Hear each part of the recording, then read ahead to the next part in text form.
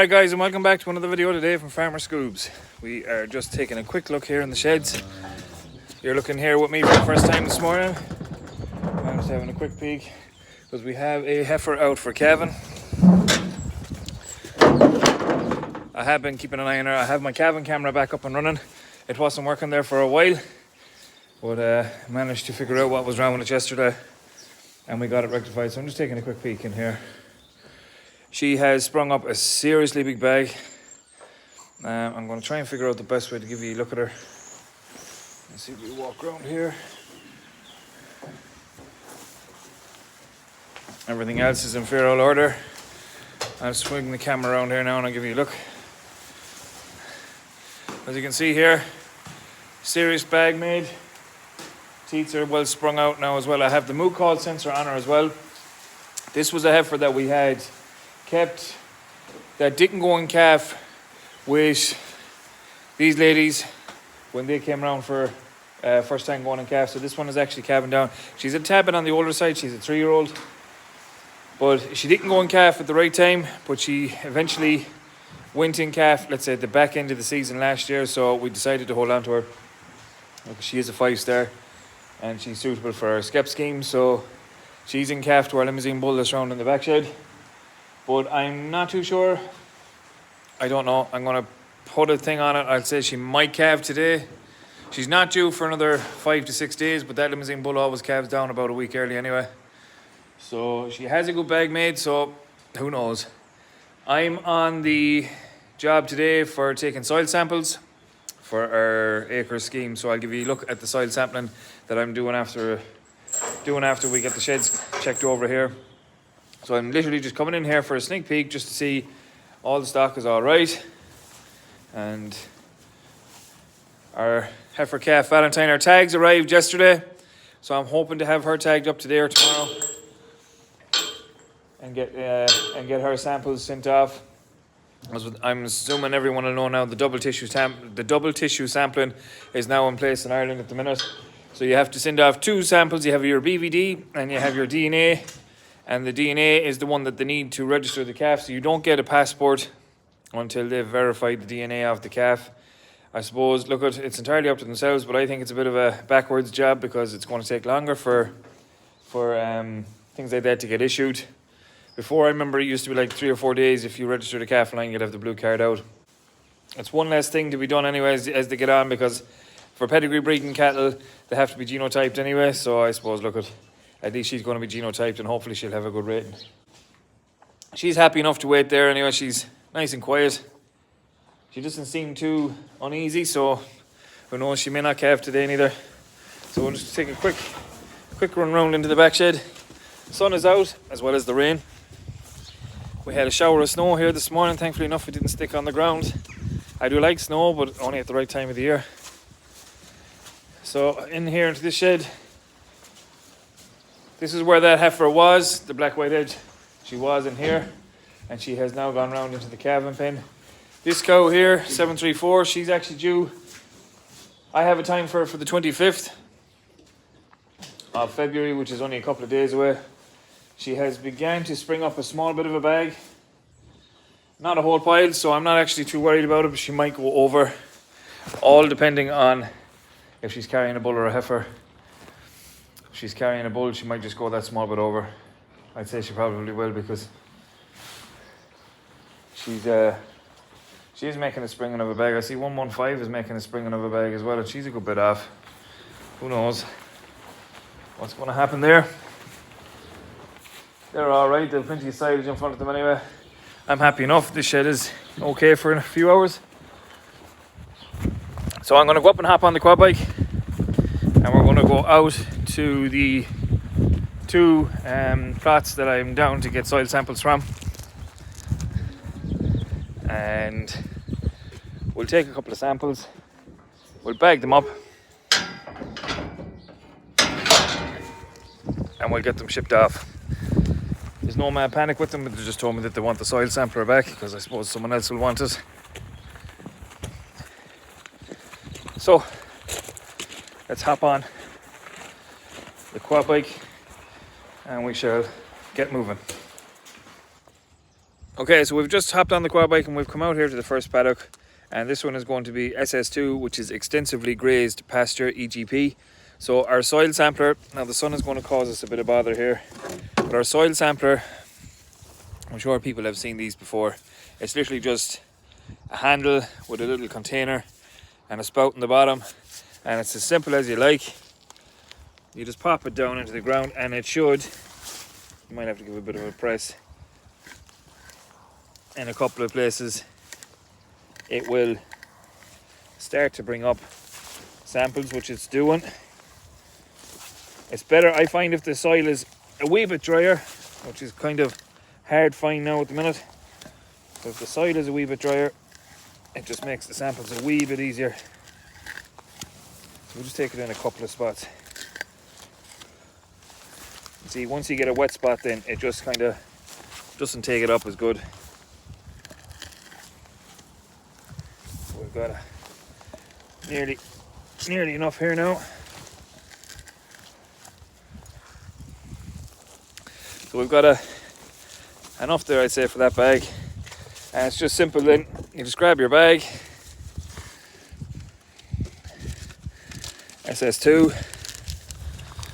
Let's see, pop this down. Simple as you like. You just grab your bag. I hope my phone is going to wait there now, because I forgot my GoPro is down in the Jeep. Fully charged, which is unusual for me. You get your soil sampler and you just tip your samples into the bag without letting the bag fall. Might have to take one or two more for that. Pop them into your bag and you just seal it up. Job done. So that's soil samples there for this paddock. The soil samples are a good thing to do. It's about 6 years since we've done soil samples here. The last ones that we actually done was for glass. And I think the only thing that came about when we done our soil samples back then was we needed to add lime to our land, which we did at the time. We used granular lime, not the ground stuff, because I suppose I'm always under the illusion that when you're using the ground lime, look at your every man's land in the townland gets a coat of lime when that stuff goes out. But look, that's my opinion. Everyone else is entitled to their own, but I rather use the granular one that you pour out of the bag, because you can pop it into the shaker and you can set your shaker and cover the ground that you want to cover, and I find that you probably will get a better coverage of it.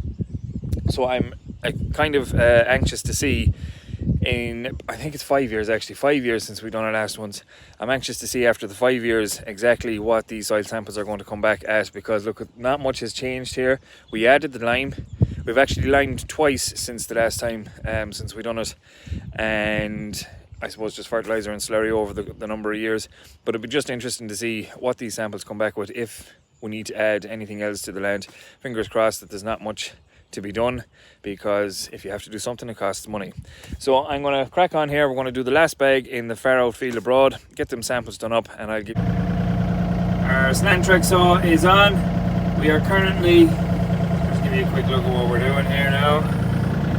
We're currently just clearing off. There was electric fence running along here, so I'm just sort of grading the stuff here at the bottom, just cutting it with the saw. The wire, I don't know, it was poly wire. The poly wire is long ago gone, so basically just trying to find, we're taking down anything that's overhanging as well. So I'm going to go right to the end of the road down there and just trim off the ground and just trim off anything that's overhanging, and then we can gather it up then with the mini digger afterwards. I'll give you a look at, I'll be doing a video outside in the other field where we took down the overgrowth where we're going planting our new hedge.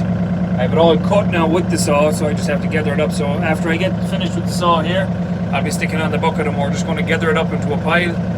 Not entirely sure what we're going to do with the pile. We might find a hole for it somewhere.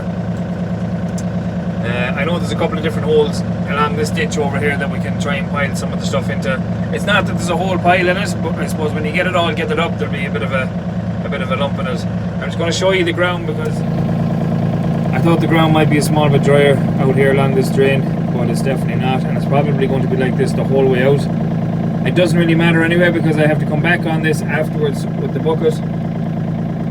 So when I'm coming back, on my way back, I'll just try and level the tracks in as best I can, and whatever I don't level in, we'll roll in with the roller when the time comes around that it has dried up enough.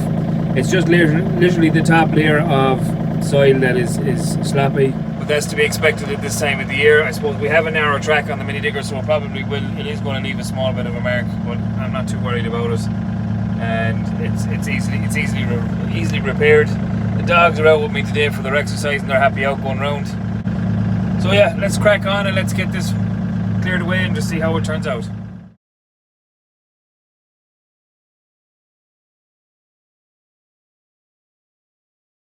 Scoobs, you can already tell what I'm at. Yeah, we are chopping timber. I decided after the trees got cut down the last day, decided just to get at it and get to it. We have a small chainsaw. We have a Stihl 291. I'll give you a look at it now in a minute. I managed to gather up the strength to get off the quad bike. I'll give you a look at this. We have a small, let me see,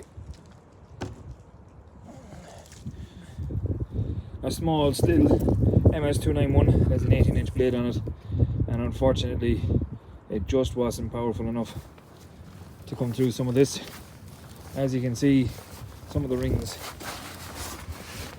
on this neck glove is a size extra large. It's a size 10. As you can see, there are some serious lumps of rings. That one, I'm really proud of this one. And come at this one from both sides. So can I turn it over? Nope, that's not going to go. We come at this one from both sides, as you would see, with our new Stihl 661C with a 25-inch blade. It has a light saw blade on it. My god, this thing is an animal.